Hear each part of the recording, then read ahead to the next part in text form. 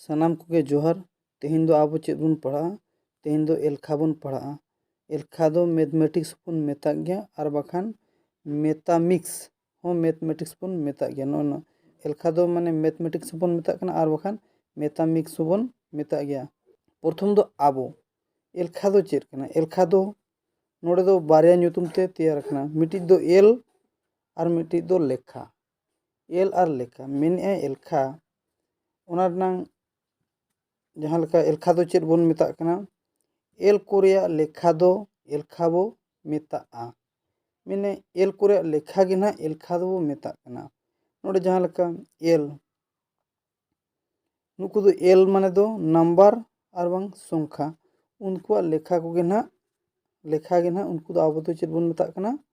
एलखा बन मेता कना। मेने एल उनका गे नोडे मा बन ठिके केद गया चे बारिया हटिंग कना एल और लेखा माने एल हो जहाँ कना और लेखा हो इने कन गया। मेनखान एल दो नुकु हो लेखा बन मेता को कन गया और एल हो बन मेता को कन गया। माने आबो जहाँ लेका बन लेखाया मिद बार पे पुन मोड़े तुरुई इया इरल आरे गेल उनका ना लेखा ओना दो बन लेखाया उनका गे एल। अच्छा एल बन नेल गे लेखा ओल कोदो एल बो मेता मेने नोडे ओल चेद एल दो चेद बन लेखा ओल कोदो एल बो मेता माने नुकु लेखा ओल गे ना नुकु गे ना एल बन ता नुकु गे ना उनको लेखा बन मेता नोडे बन नेल गे सुन सुन सुन तापरे मिद बार पे पुन मोड़े तुरुई एयाय इरल आरे और गेल हो मेनाय गया। उनी दो नुकु दो 1 डिजिट नंबर बन मेता को कना। नोडे इंग्लिश दो हुई कना 0 1 2 3 4 5 6 7 8 9 तापरे उड़ियाते 0 1 2 3 4 5 6 7 8 9 नोडे बन शून हो मिट्टी आबो जुदू बन मेना शून हो मिट्टी एल लेका दिगे बन हिसाबे और बखान संख्या हो संख्या कान के नंबर हो मेन नंबर का जुदी शून सुमुंगे ताहेनाय खान तो उनिया दो दाड़े दो बचुनी और बांग शून रा उनिया वैल्यू दो बचुनी शून सुमुंगे ताहेन खान तो चेद हो बनु लेका के बन मेता खाली शून सुमुंगे शून दो चे लगी नंबर हो बन मेता गया उनी दो मिट्टी रियल नंबर कने मेने शून दो मिट्टी नंबर बन रियल नंबर बन मेताय कना चे लगी नुई दो मिट्टी इंटीजर कना ओना खातिर माने पूर्ण संख्या कना ओना खातिर नुई दो शून हो मिट्टी नंबर के बन मेताय कना। माने शून दो नुई दो पॉजिटिव हो बांग कना चे नेगेटिव हो बांग कना नुई दो इंटीजर कना और पे ओना पे ठीक है शून सुमुंग के तान खान दो चेद हो बनू गे माने उनिया दाड़े दो बचुनी जुदी शून जहाँ रगे लगाए शून जुदी जहाँ रगे लगावेना जुदी मिद रे नोआ मिद पुरे शून्य लगावेना एनखान दो तिना गेल आंग दाड़ी हाराया तिना आंग गेल आंग दाड़े हाराया उनका पिंजल के ओना पुरबन नोडे पिंजल के तापर ओना पुरबन नेल लगे इंग्लिश ते को मेने लेका without mathematics there is nothing you can do मेने बिना मैथमेटिक्स ते आबो माने चेद हो बाबन चिका दाड़े मैंने बिना मैथमेटिक्स ओना दो जोतो जगह रे मैथमेटिक्स दो यूज करना ओना मेन किया और मिट्टी जे मैंने everything around you is mathematics everything जोतोआ आबो मैथमेटिक्स तेगे हेना मेना आबो चारु जोतो जिनिस ना मैथमेटिक्स तेगे हेना और मिट्टी चेद मेना everything around you is number जहाना गे आबो बन मेने जहाना गे ओना जोतो ओना इयरे नंबर हेना संख्या मेना और बांग एल जहाँ बन मेना ओना जोतो है ना ओना खातिर मेना एल माने नोआ दो मैथमेटिक्स दो अड़ी इम्पोर्टेंट गया जोतो जिनिस के मैथमेटिक्स दो कमी रे लगा कना जहाना गे हार्टम सेनों कना हार्टम सेनों कना कौड़ी मिदिया बार बांग टू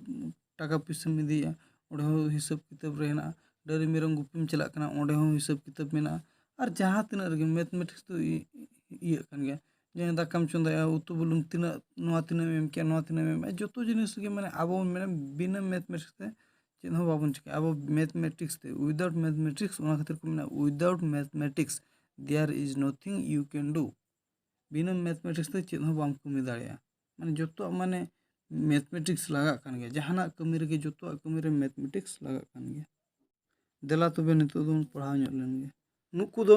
एल कना को नुकु दो को चिली कना एल कना को आर बांग नंबर आर बाखान संख्या आर लेखा बोन मेता को गे नुकु दो चिली कना को एल ते नोडे ओलकना संतार ते तापरे इंग्लिश ते तापरे उड़िया ते ओलकना नोडे दो आर नोडे दो पढ़ाव ओका लका बोन पढ़ाव नोडे दो इंग्लिश ते मा जतो के बोन बड़ाया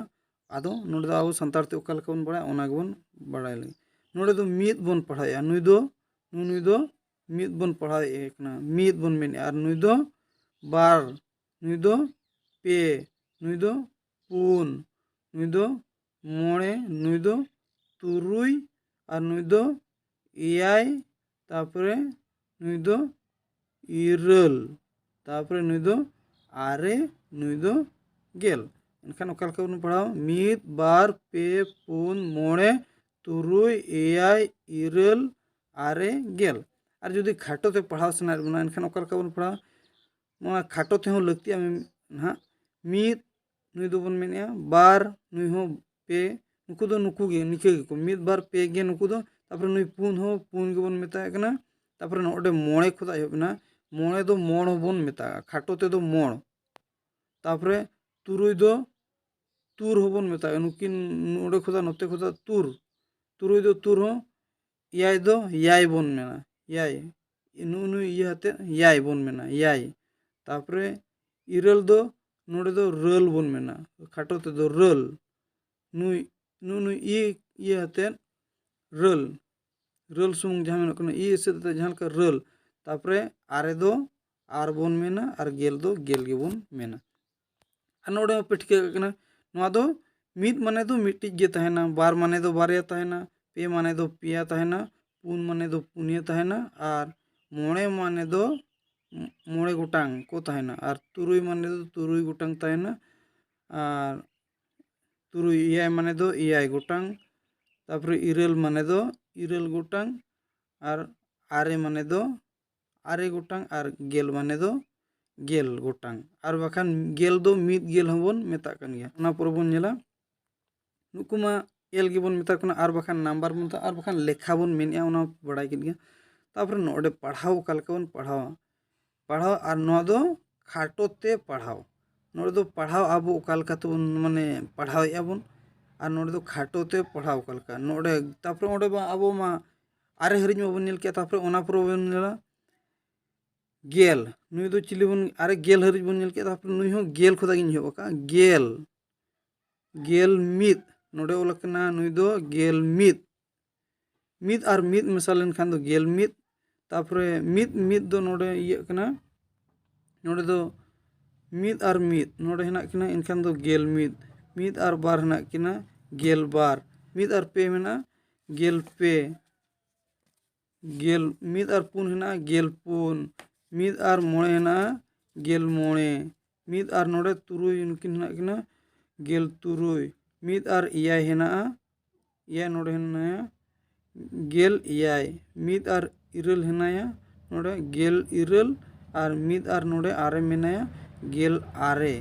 बार और सुन हेना एनखान दो बार गेल तापरे ओना दो खाटो ते ओकालका बन मेना गेल दो गेल गेबन मेनिया और गेल मित जहां बन मेना ओना दो खाटो तो गेमित गेल मित गिना गेमित ओल नोडे जहां हेना ओल गे नुकु जोतो को ओचोयना तापरे ओना पुरे गे और ओना मा खाटो ते ओना नोडे खुदा मोड़े खुदा दो मोड़ बन मेना तुरुई खुदा हो तुर बन तुरुई जहां लका खाटो ते तुर बन मेनिया इयाय जहां लका याय बन मेनिया इयाय जहां लका याय बन मेनिया तापरे इरल जहां लका रल बन मेनिया खाटो ते आरे जहां लका आर बन मेनिया ओना को माना रगिन ले ओना लका गे नोडे खाली गेल रे ओल ओचो आते जहां तने गे उनका बन खाटो ते बन गेमित गेबार तापरे गेपे गेपुन गेमोड़ गेतुर गेयाय गेरल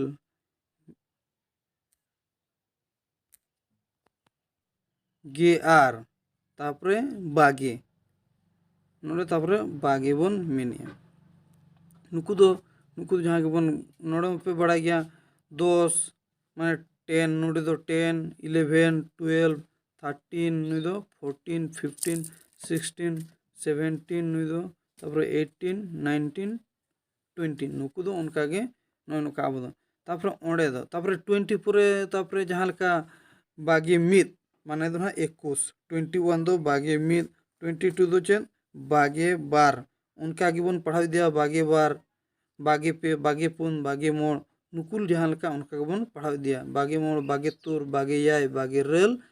बागे आर तापरे पेगे तापरे नोडे दो ना पेगे आर बखान पेगेल पेगेल पेगे हबन मेना आर बखान दो पेगेल नोडे दो पुंगे नोआ दो ना जतो खाटो तगी नोलका पुंगे आर बखान पुनगेल मोगेल आर बखान मोड़ेगेल हबन मेना तुगेल तुगे आर बखान तुगेल बन मेना आर बखान एगे नुई दो मेन है 30 दो चेर बन मेना आर बखान 30 दो आबो चेर बन मेना पेगे आर बखान पेगेल तापरे 40 दो चेर बन मेना पुंगे आर बखान पुनगेल तापरे 50 दो चेर बन मेना मोगे आर बखान मोड़ेगेल 60 दो चेर बन मेना तुगे आर बखान तुरुईगेल तापरे 70 दो चेर बन एगे बन मेना आर बखान चेर बन मेना एगेल तापरे 80 दो चेर बन मेना इगे आर बखान इगेल तापरे 90 दो चेर बन मेना आगे आर बखान आगेल तापरे 90 पुरे चेन मिद साय बन मेना मिद साय दो मिद पुरे बारिया सुन मिद साय तापरे ओना पुरे चेद बन मेला ओना नोआ दो हेवाक पे नोआ को जहां तिना नोडे ओल आकना जतो नोआ तो हेवाक पे नोडे ओल आकना बागे नोडे ओल आकना चेद बागे तापरे बागे मिद बागे बार बागे पे बागे पुन बागे मोड़ बागे तुर बागे याय बागे रेल बागे आर नोए नोका ओल आकना नुकु को जतो हेवाक तापरे पेगे पेगे मिद पेगे बार पेगे पे पेगे पुन पेगे मोड़ पेगे तुर पेगे याय पेगे रेल पेगे आर तापरे ओना पुरे चेद पुंगे पुंगे मिद पुंगे बार पुंगे पे पुंगे पुन पुंगे मोड़ पुंगे तुर पुंगे याय पुंगे रेल पुंगे आर नुकु को जतो हेवाक पे नोडना हो ओकालका कुकली को हिजुआ ओना को एम आकाद गया ओना ना ओना मुचाद उतर रे मेना ओना ओकालका कुकली हिजुक कना तापर ओना पुरे चेद मोगे मोगे मिद मोगे बार मोगे पे मोगे पुन मोगे मोड़ मोगे तुर मोगे याय मोगे रेल मोगे आर तापर ओना पुरे तुगे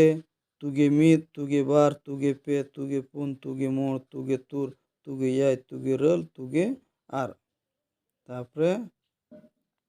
एगे एगे मिद एगे बार एगे पे एगे पुन एगे मोड़ एगे तुर एगे याय एगे रेल एगे आर नुकु को जतो हेवाक पे नोडे जहां पे मेना मोगे आर रे मोगे आरे होबन मेन गया आर बखान मोगे आर नोडे दो ओलोक कना जतो ना तो खाटो ते ओलोक कना तो ओना खातिर नो नोका ओलोक कना नोडे जहां लगा आरे होबन मेन गया नोडे हो आरे हो पे ओल दाड़ा बखान आर गे ओलोक कना ठीक गया तापर ओना पुरे चेद इगे इगे मिद इगे बार इगे पे इगे पुन इगे मोड़ इगे तुर इगे याय इगे रेल इगे आर तापर ओना पुरे हुयुक कना आगे आगे मिद आगे बार आगे पे आगे पुन आगे मोड़ आगे तुर आगे याय आगे रेल आगे आर तापरे ओना पुरे हुयुक कना नुकु को ओल आकाद को नोडे दो मिद साय नुई दो मिद साय नोडे दो मिद साय मिद नोडे दो मिद साय बार उनका गे मिद साय पे मिद साय पुन उनका गे मेना तापरे ओना पुरे बार साय नोडे दो बार साय उनका गे बार साय मिद बार साय बार साय पे उनका मेना तापरे ओंडे गे तापरे ओना पुरे तापरे पे साय मिद पे साय बार पे साय पे साय पुन उनका गे तापरे चला तापरे उनके गे पुन साय मिद पुन साय बार उनका गे तापरे हानते चला तापरे मोड़े साय मिद मोड़े साय बार उनका हानते चला दिया तापरे ओना पुरे ओना रनंग कुकली नोडे ओकालका कुकली हिजुक कना नेल पे भागी सहित बुझाव काते एलते ओल में मेने भागी सहित बुझाव काते एलते ओल में मेने ओना दो कुकली कना एलते माने दो ना नाम माने संख्याते ओल में नोडे दो चेद अड़ते नोडे दो नुकु दो जोतो अड़ते को ओलाकना अड़ते को ओलाकना ओना दो अड़ माने वार्ड ते ओलाकना आदो ओना संख्या ते ओल माने नोडे दो लने ओना नंग लने आंसर लने माने आंसर और कुकली माने क्वेश्चन ओना आंसर कुछ ओलाका नोडे नोडे ओलाकना इगे आरे इगे आर होबन मेना और बखान इगे आरे ओलाकना हे ओना रना लने दो कना नोडे नो नोका पे ओला इगे आर माने इगे आर बन मेना और बखान इगे आरे तापरे नोडे नेल पे तापरे गेयाय माने दो 17 माने 17 गेयाय तापरे ओना पर चेत तुगिरल नोका ओलोक कना एलते तुगिरल तापरे मिदसाय आरे नोका ओलोक कना तापरे मिदसाय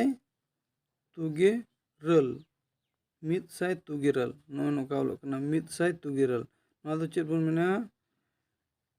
168 जहाँ बन मेना 168 नोआ दो 109 तापरे नोआ दो चेत बन मेना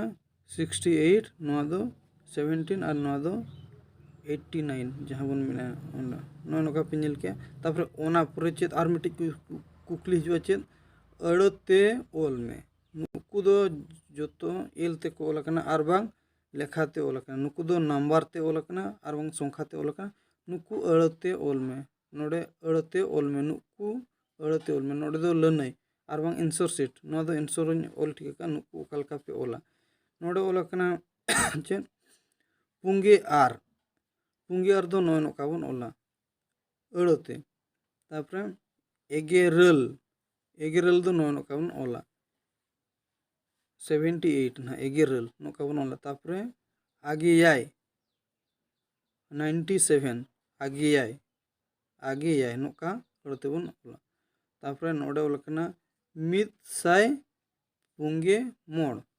145 जहाँ 145 मिदसाय पुंगे मोड़ नोका बन ओले अड़ते तापरे पेसाय मुगेतुर 356 जहाँ बन मेने ओना दो पेसाय मुगे तुर नोका बन ओले अड़ते नोका नो को पे चेत किया ओना पुरे आरहों नाइन अगुया ओना प्रथम पूरा हेवा कालका